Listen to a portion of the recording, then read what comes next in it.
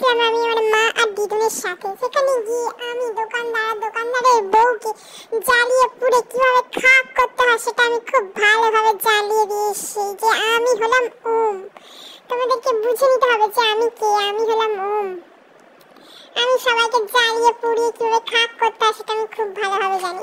তো শাড়ির দোকানে যাওয়ার আগে দিদুন এখানে একটা বার্থডে বয়ের জন্য বার্থডে গিফট কিনছিল, সেই জন্য আমি এখানে একটা স্টেশনারি দোকানে ঢুকে পড়েছে দিদুন। আর মা এদিকে আমার ভিডিও শুট করতে ব্যস্ত হয়ে পড়েছে যে ভাবছে যে ওমটা কি করছে, আর আমি ভাবছি যে এই বোতলগুলো এখানে কিসের জন্য রাখা আছে, এই বোতলগুলো এখানে রাখা আছে কিসের জন্য রাখা আছে, এগুলো আমার সব দরকার, যা আছে সব দরকার।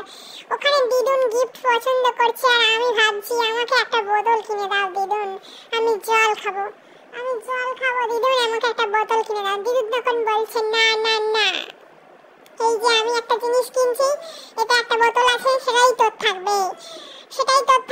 আমি কেকে হাত দিচ্ছি, পাউরুটিতে হাত দিচ্ছি, সব আমার চাই, কারণ আমার খিদে লেগে আছে।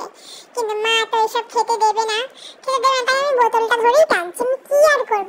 আমি কি আর করবো। এই যে আমার মা ভয় সবার দিচ্ছে, আমি কি করছি, আমি এখানে খাটের উপর উঠে বসে আছি আর শুনছি পাশ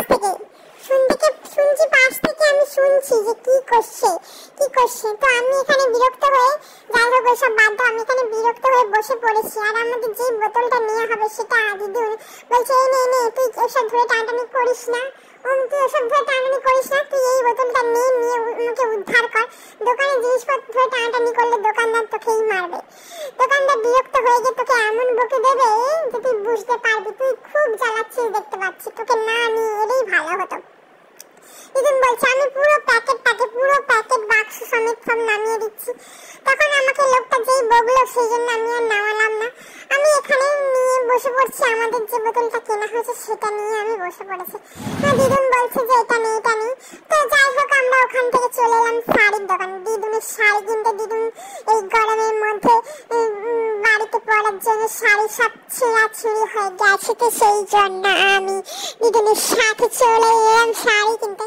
শাড়ির দোকানে এসে আমি দোকানদারের বউকে এত জ্বালিয়েছি, বলছে যে ছেলেটা বড্ড দুষ্টু আছে, ছেলেটা এত বড় বদমাশ ছেলেটা আছে যে কি বলবো। দোকানে গিয়ে আমি তাদেরকে ঝামেলা ফেলে দিয়েছি, এদিক দেখছি, ওদিক দেখছি, ওপরটা দেখছি, নিচ দেখছি, চারিদিক দেখছি, বাইরে দেখছি, ভেতর দেখছি। জীবনে প্রথমবার আমি এলাম শাড়ির দোকানে শাড়ি কিনতে। দোকানে যে শাড়ি কিনতে হয়, যে সব জিনিসপত্র যে পরে সেটা যে দোকান থেকে কিনতে হয়, আমার কোনো আইডিয়া ছিল না। আমি তো এই বাচ্চা, আমি এই মানুষ, আমার মাত্র 1.5 বছর পর। সেই 1.5 বছরের জীবনে আমি কি জানবো, আমাকে তো জানতে দিতে সময় লাগবে না। সেই জন্যই আমি নতুন জায়গাতে যখন যাই, আমি নতুন জায়গাটা গিয়ে এক্সপ্লোর করার চেষ্টা করি। এই যে দোকানদারের বউ ভেতরে ঢুকে যাচ্ছে, আমারও আগ্রহ জন্মাচ্ছে ওই ফাঁকা জায়গাটায়, ফাঁকা গলিটায় কি আছে যে উনি ঢুকে গেল। তো আমিও গিয়ে দেখলাম যে ওখানে কি আছে, সেই জন্য আমিও ঢুকে গেলাম।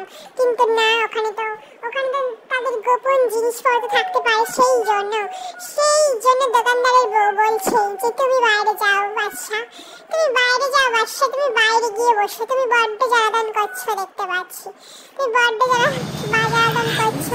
তারপর দোকানের মধ্যে ওপরে পাশে পাখা চলছিল, খাওয়াতে আমি উড়ে যাচ্ছিলাম, দিদির শাড়ি উঠছিল, আমি সেটা দেখছিলাম। আর এখানে আমার মা আমার সাথে আমাকে নিয়ে ভিডিও করার খুব ইচ্ছা হলো, সেই জন্য আমার মা আমাকে কাছে টেনে নিয়ে বললো তুই বড্ড সুন্দর লাগছিস, তুই আমার পাশে বস, তুই এত আপার করিস না। এদিকে দিদুন আমার পা তুলে দাঁড়িয়ে আছে, আর দোকানটা ছিল রাস্তার সামনে। এতই রাস্তার সামনে ছিল যে আমি ভাবছিলাম যে গাড়ি ঘোড়াগুলো যে যাচ্ছে, আমি দেখবো, আমি চলে যাবো রাস্তার মাঝখানে। কিন্তু কে আর শোনে কার কথা, আমার যে আগ্রহ হচ্ছে সেটা কে বুঝবে। দেখো দোকানদারের বউ বিরক্ত হয়ে এই জায়গাটা আটকে দিয়েছে যাতে না আমি ঢুকতে পারি। এগুলো তোমাদেরকে বুঝতে হবে যে আমার সাথে এরকম করা, আমি একটা বাচ্চা মানুষ, আমি ভাবলাম কোথায় ভেতরে কি আছে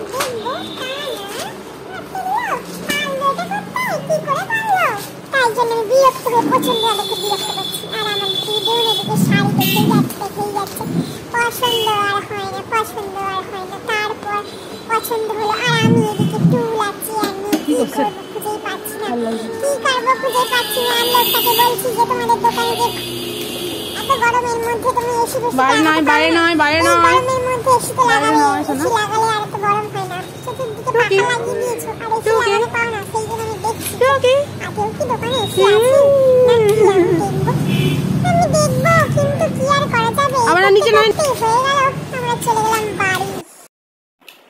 বাড়িতে এসে দেখি রাত্রিবেলাতে দাদু এসে আমাকে দাদুর চশমা দিয়ে দিয়েছে আর সেই চশমা নিয়ে আমি তো খুশি শেষ নেই আমার জীবনে চশমা পরতে খুব পছন্দ দাদু আমাকে চশমা পরিয়ে দিচ্ছে চশমা আমিও পরে নিচ্ছি আর পরে চশমা পরে দাদু বলছে ওরে বাবা যেন মাস্টার মশাই কি লাগছে অন্তকে কি পুরো মাস্টার মশাইয়ের মতো লাগছে তো সেই চশমা পরে আমি এদিক ওদিক দেখছি আমি আবার গিয়ে দেখে নিচ্ছি আয়নাতে যে আমাকে কেমন লাগছে আমাকে চশমা পরলে বেশ ভালোই লাগে এত সুন্দর লাগে যে কি বলবো তাই জন্য আমি বারবার এই আয়নায় দেখছি ওই আয়নায় দেখছি যে কেমন লাগছে সুন্দর তো লাগছে আমি জানি কিন্তু আরো বেশি সুন্দর লাগছে কিনা সেই নিয়ে আমার চিন্তা ভাবনা তাই জন্য এদিক যাচ্ছি ওদিক যাচ্ছি কি করবো বুঝে পাচ্ছি না নাচছি দিদুন বলছে যে চশমাটা খুলে নাও এক্ষুনি খুলে ভেঙে ফেলবে তো কিন্তু কি করা যাবে আমার তো পড়তে ভালো লাগছে আমি দিচ্ছি না যাই হোক সেই দিনটা আমার খুব ভালোই কাটলো